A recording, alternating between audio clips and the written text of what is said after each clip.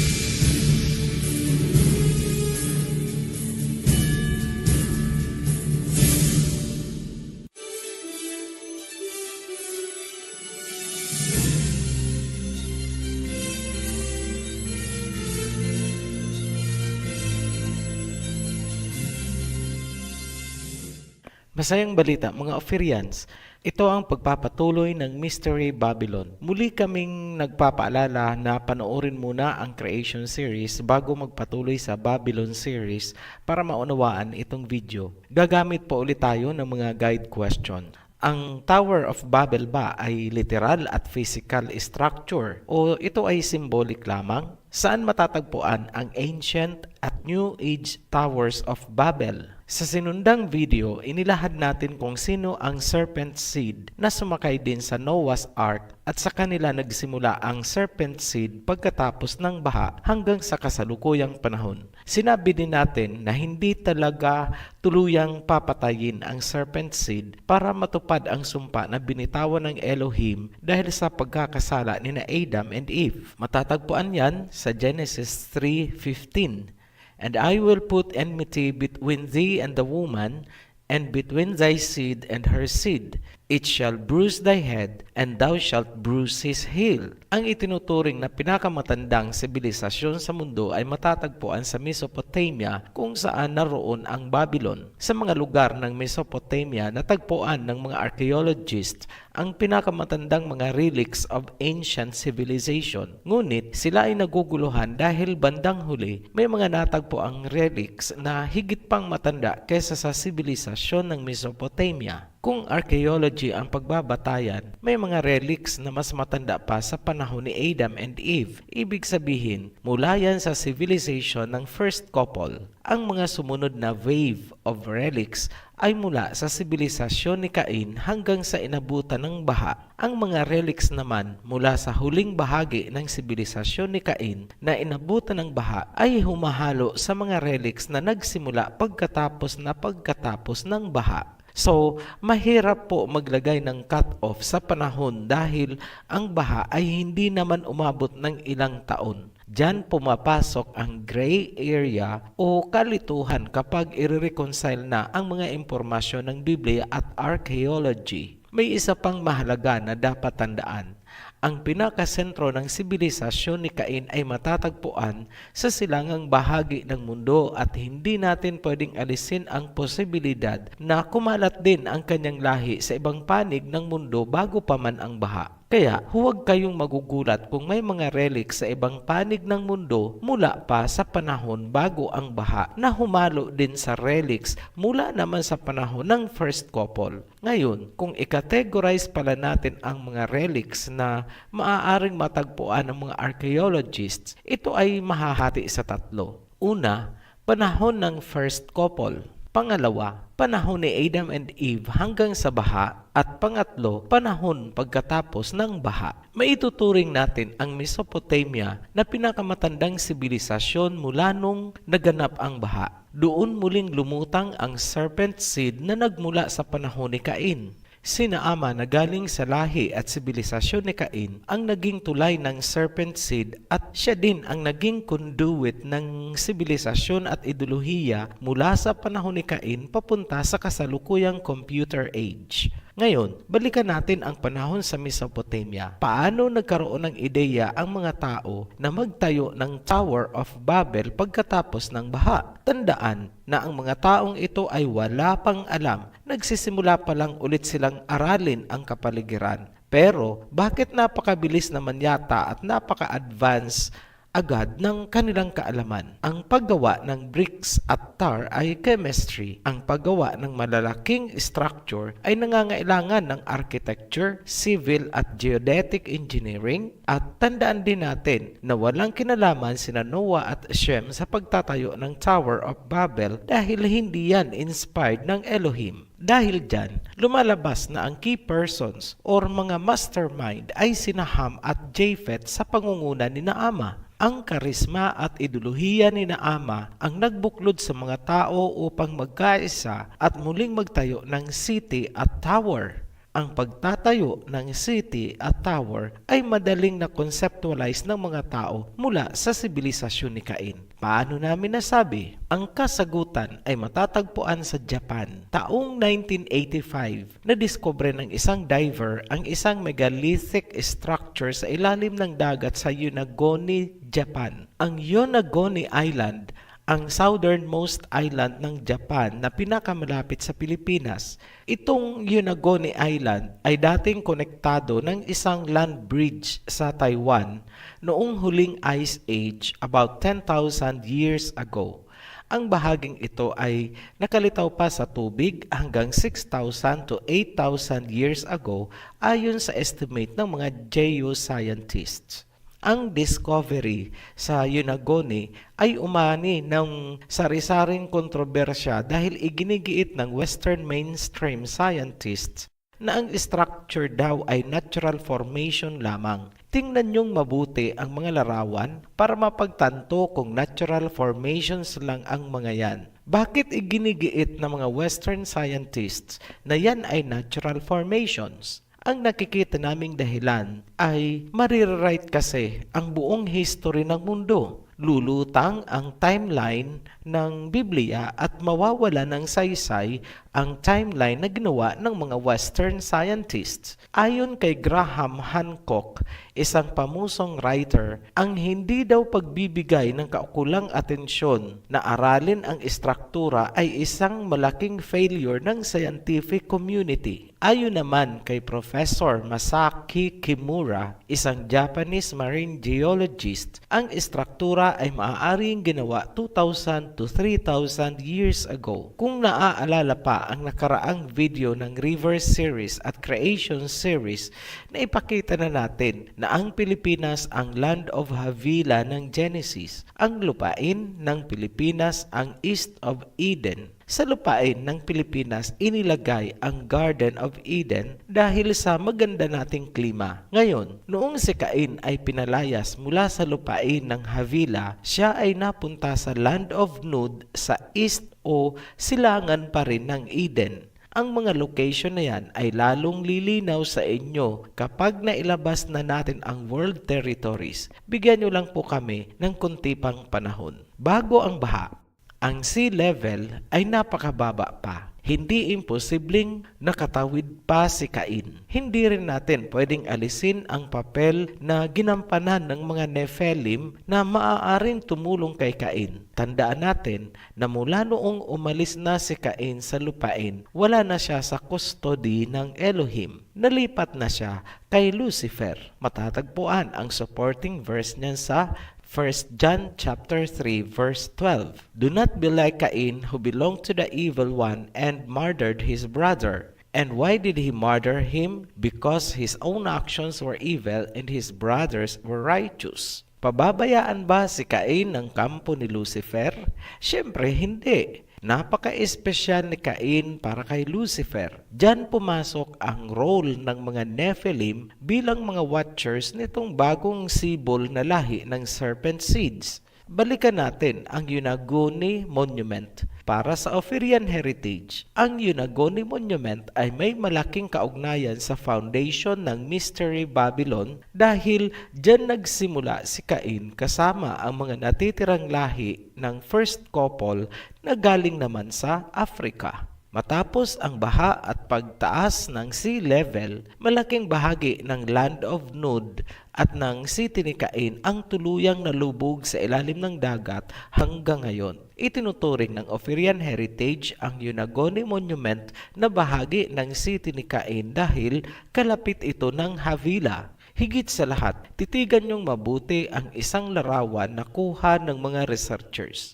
Ito ang tinatawag na stage ng monument. Pansinin ang bandang kaliwa ng larawan. Makikita ang mukha ng isang tao, may ilong, may bibig, at bandang gitna, pansining mabuti ang headdress.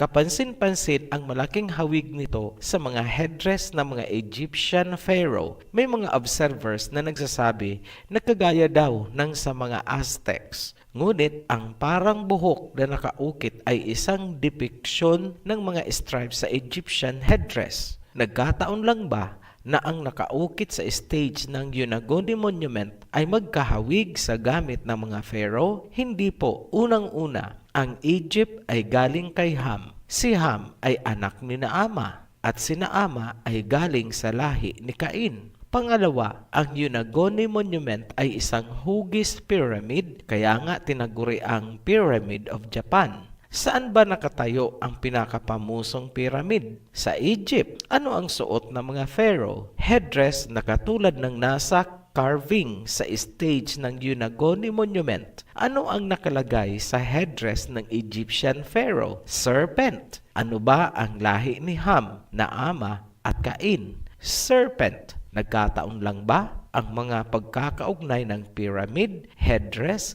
at serpent? Hindi po. Napakalakas ng corroboration of events. Ngayon, dumiretso na tayo sa Tower of Babel. Tandaan natin na ang Tower of Babel ay yari sa bricks at tar. Hindi bato ang ginamit kundi bricks. Ang location nito ay malapit sa Mount Ararat kung saan sumadsad ang Noah's Ark. Tandaan din na ang pagtatayo ng Tower of Babel ay pinangunahan ng mga taong nagtataglay ng genes ng serpent. Ang serpent ay isang reptile. Tinatawag ito sa modern conspiracy theories na reptilian-human hybrids galing daw sa ibang planeta. Tama naman sila kung ang pag-uusapan ay kung meron nga bang reptilian race. Malinaw naman sa Biblia na merong serpent seeds. Ibig sabihin, may punto ang mga conspiracy theorists dahil ang serpent ay isang reptile na binanggit sa Biblia. Ngunit, ano ang pinagkaiba ng Ophirian sa mga popular conspiracy theories? Una, tayo ay bumase sa Biblia. Ang serpent o reptilian seed nagmula sa kwento ni na Adam and Eve sa Genesis. Pangalawa, ang mga fallen angels ay humalo sa serpent seed ni Cain. Isang aspeto na hindi nakita ng mga theorists dahil ang mga Sumerian tablets ang pinaniwalaan nila. Ngayon, sa paghahanap natin kung nasaan ang Tower of Babel, gagamit tayo ng criteria o parameters. Number 1, ang istruktura ay itinayo ng isang sibilisasyong nakasentro sa serpent worship, serpent ideology, at serpent authority. Number 2, ang istruktura ay matatagpuan sa Mesopotamia, malapit sa lugar kung saan sumadsad ang Noah's Ark. Number 3, ang istruktura ay may kaugnayan kina Naama, Ham, at Canaan. May natagpuan tayong isang istruktura na pasok sa lahat ng pamantayan na yan. Tinatawag itong ziggurat na ang ibig sabihin ay to build on a raised area. Ang ziggurat ay isang pyramidal structure na yari sa baked bricks. Ang pinakamalaking ziggurat ay matatagpuan sa ancient Babylon at pinangalanang Etemenanke or Ziggurat of Marduk. Ang ibig sabihin ng salitang Itemenanke ay foundation of heaven and earth, kaya ang Ziggurat ay dedicated kay Marduk bilang God of heavens and earth ng Mystery Babylon. Ayon kay Herodotus, ang Ziggurat ay hindi isang lugar para sa public worship kundi tirahan ng mga Mesopotamian gods. Doon daw natutulog si Marduk, yung God of heavens and earth. Sa pinakamataas na bahagi naman daw ng Babylonian Ziggurat ay mayroong golden couch para sa isang babae na hindi na pinangalanan ni Herodotus. Napaka-espesyal at misteryosa naman ng babaeng ito. Siya ang itinuturing na VIP ng oldest human civilization pagkatapos ng baha. Golden couch talaga ang kanyang luklukan sa loob ng tirahan ni Marduk. Maituturing siyang prophet, oracle, or dili kaya right hand ni Marduk. Nai-imagine niyo po ba ang eksena? Huwag po kayong malilito. Ang tinutukoy natin dito na Ziggurat ay yung itinayo ng ancient time, ngunit hindi natapos dahil inabando na ito ng mga tao. Marahil, yun ang punto na naghiwa-hiwalay sila dahil nabago ang mga lingwahe ayon sa Genesis. Sa paglipas ng panahon, noong si Nabopolassar and Nebuchadnezzar II na ang hari ng Babylon, sinubukan ulit nila itong i-repair o i-rebuild. Ngunit hindi nagtagumpay dahil ito ay nilindol at tinatamaan ng kidlat. Ayon sa Greek historian na si Herodotus taong 440 BCE, kanyang sinabi na ang huling nagtangka na muling ma-reconstruct ang Itemenanke ay si Alexander the Great, ngunit hindi rin siya nagtagumpay dahil siya ay namatay. Sa hindi po nakakaalam, si Alexander the Great ay isang Greek ruler ng Macedonia. Mapapansin nyo, ganun na lang ang pagpapahalaga ng mga Greek sa Babylon. Nasagot na namin ang unang guide question. Ang Tower of Babel ay physical at literal na structure. Doon tumitira ang gods ng Babylon at yung babae na binigyan ng golden couch. Mahalagang alamin natin kung sino si Marduk, bakit nagsakripisyo ang mga tao na magtayo ng napakalaking ziggurat para sa kanya. Number 1. Sa panahon ni Hammurabi, si Marduk ay iniugnay sa planetang Jupiter. Siya ang god ng ancient Mesopotamia at siya ang patron ng Babylon City. Si Marduk ang national god ng Babylon. Ang consort ni Marduk ay ang goddess na si Sarpanit na iniugnay naman sa planetang Venus. Number 3. Noong Bronze Age, si Marduk ay ginawang supreme god pagkatapos ng paghahari ni King Nebuchadnezzar I noong 12th century. Ngayon, sino naman si Sarpanit? Si Sarpanit ay tinatawag na Goddess Mother o Shining One. Iniugnay siya sa planet Venus. Siya ang naging asawa ni Marduk. Number 2, siya ay sinasamba sa pagsikat ng buwan at inilalarawan siya bilang isang buntis na babae. Number 3, si Sarpanit ay kilala ding Iroa, Gamsu at Ishtar. Ang kanyang kapiyastahan ay tuwing New Year. Tandaan po natin ang Ishtar. Si Marduk ay may alagang hayop na tinatawag na Moshusho o Moskosyo. Ito ay iniugnay sa basmo na tinatawag sa modern astronomy na Constellation Hydra o The Serpent. Ang kahulugan ng salitang Moskosyo sa Akkadian ay reddish snake, fierce snake o splendor serpent. Ang salitang Mos naman sa Sumerian ay snake o serpent. Isa lang ang maliwanag. Ang Babylon ay nauugnay sa mapula at matapang na serpent mula pa sa simula. Ngayon, saan matatagpuan ang depictions nitong Moskosyo? Nasa Stargate ng City of Babylon. Ibig sabihin, ang ancient Babylon ang pugad ng serpent seeds. Ang inaalagaang Moskosyo ni Marduk ay sumisimbolo sa serpent seeds mula sa lahi ni Cain.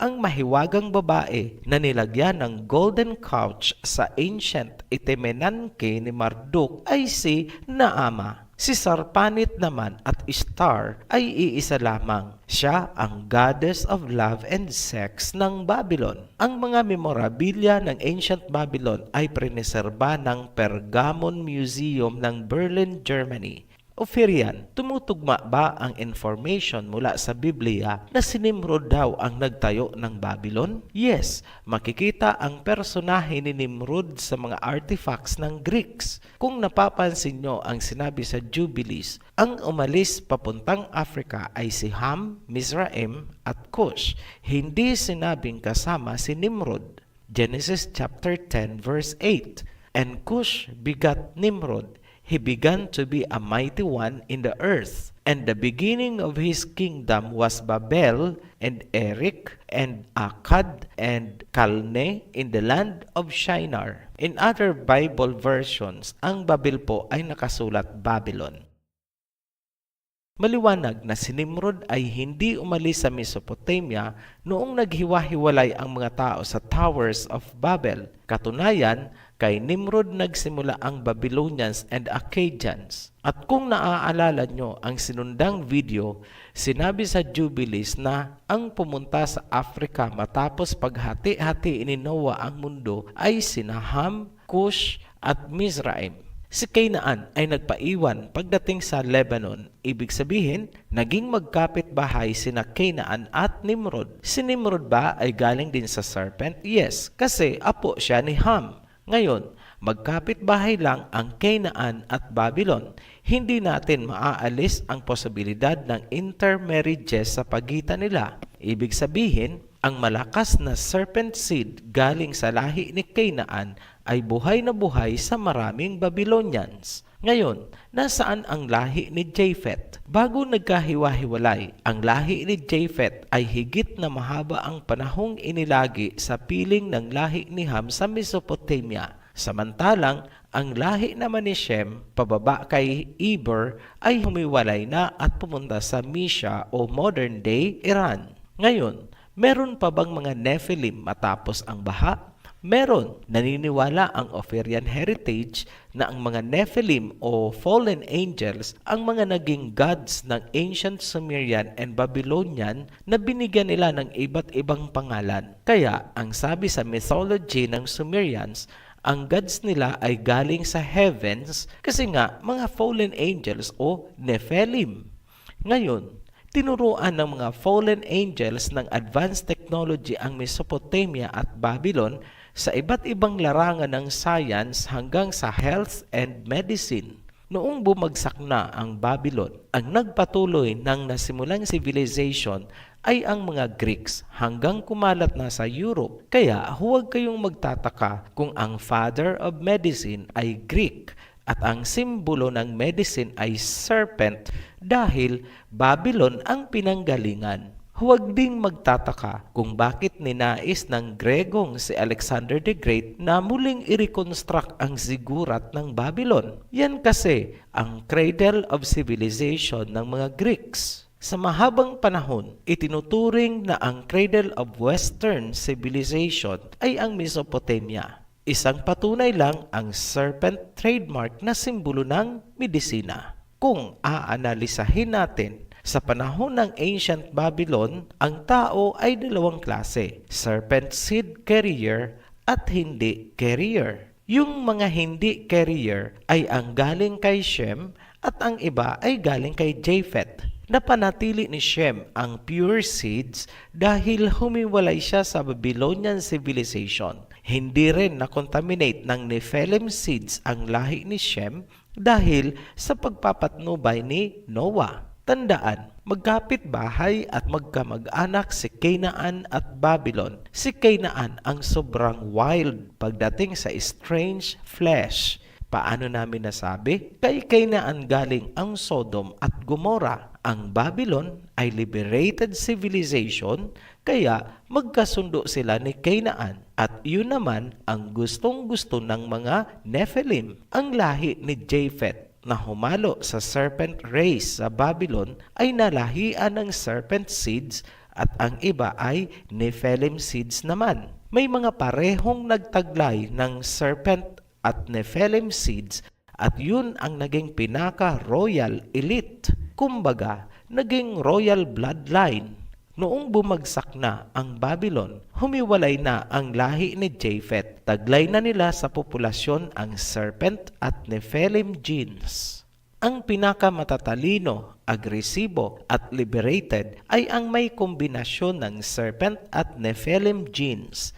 Sila yung mga maaamong tupa kung titingnan, ngunit mababangis na lobo pala. Sila ang mga great conquerors in human history. Yung tipong lusob dito, lusob doon, sakop dito, sakop doon. Mahilig silang mang-alipin ng ibang lahi. Sa pagbagsak ng Babylon, ang may kakayahan na magpatuloy ng civilization ay itong serpent Nephilim race. Itinuloy nila ang Babylonian culture, civilization, ideology, government, liberalism, at religion. Sa madaling salita, the ways of Cain. Napakatalino ng race na ito dahil nagawa nilang ipasok pailalim ang kanilang doktrina at relihiyon sa mismong Biblia na binabasa ng mga tao sa buong mundo. Ang pinakamabigat na ginawa nila ay ang pag-alis ng pangalan ng Creator sa Biblia at ipinalit nila doon ang pangalan ng kanilang mga sinasambang mga Diyos-Diyosan.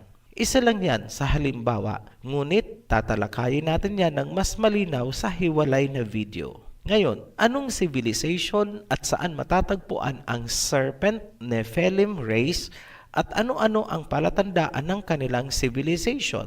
Balikan natin ang Tower of Babel. Ito ang nabigong proyekto na sumisimbolo sa unified rebellious civilization na kanilang itinatayo sana matapos ang baha. Ang pagnanais na maitayo ang Tower of Babel at forms of worship sa Babylon ay ipinagpatuloy ng mga tao. Yan ang kanilang icon o trademark kahit saan sila nakarating. True enough, madaming pyramids ang nagsulputan kahit napakalayo na nila sa Mesopotamia at Egypt. Simulan natin sa lahi ni Mizraim. Yan ang Egypt. May serpent worship and divination ba ang Egyptians? Yes, nakasimbolo mismo sa headdress ng mga pharaoh. Ngayon, sa labas naman ng Egypt, marami ding pyramids ang nagsulputan. Isa-isahin namin. Monte de Accode, Sardinia, Italy.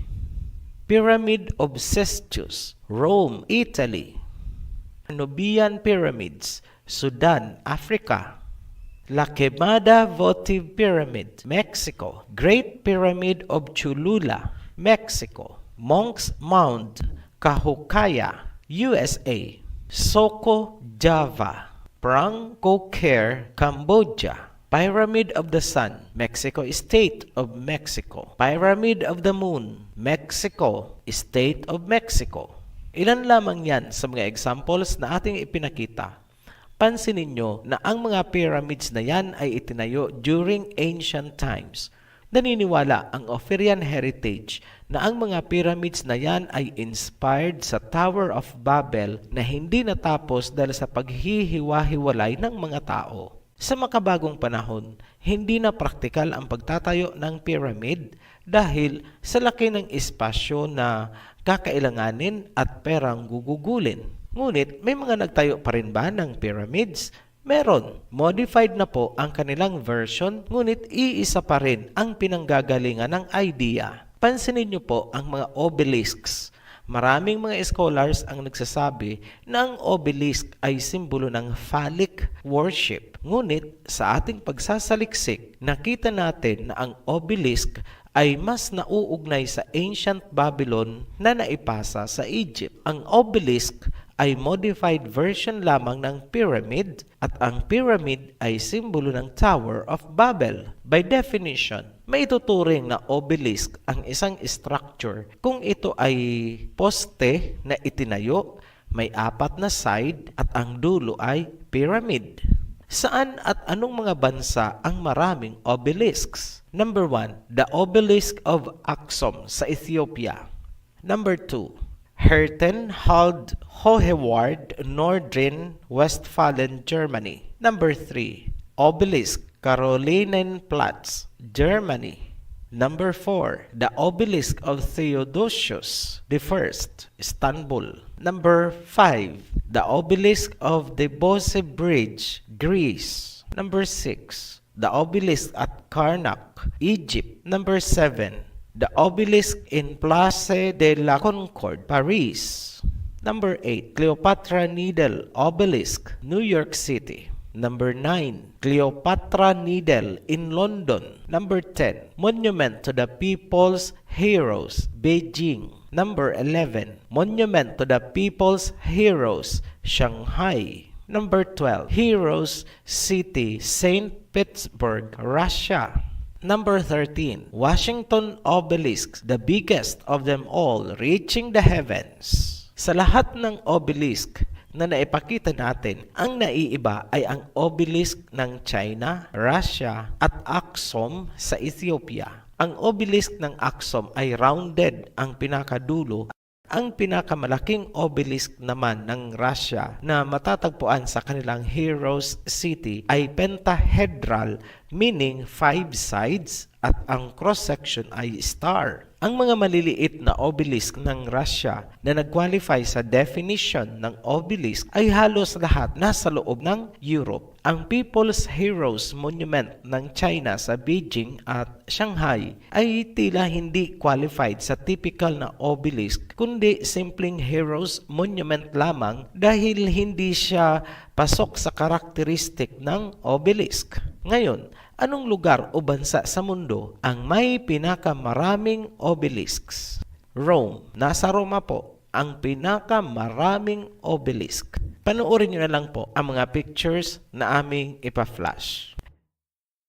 Bilang summary, ang mga pyramid na matatagpuan sa iba't ibang panig ng mundo ay masasabi nating inspired ng Tower of Babel. Ito ay kumalat mula sa Babylon, papuntang Africa, Europe, America, to the east, hanggang China. May mga pyramid na ginamit bilang simbolo ng civilization at religion. May mga pyramid naman na ginawa bilang libingan lamang. Yan ang malaking pagkakaiba. Sa pag-usad ng panahon, ang pyramid ay na-modify at naging obelisk. Hindi matatawag na obelisk ang isang istruktura kung ang dulo nito ay hindi pyramid. Kapansin-pansin na ang pinakamaraming obelisk ay nasa Europe at sa buong mundo, ang lugar na may pinakamaraming obelisk ay ang Rome. Ang pagkakaroon ng pyramids or obelisk ay maaari nating ituring na dekorasyon lamang at walang espesyal na pinakahuhulugan. Ngunit kung maliban sa pyramid or obelisk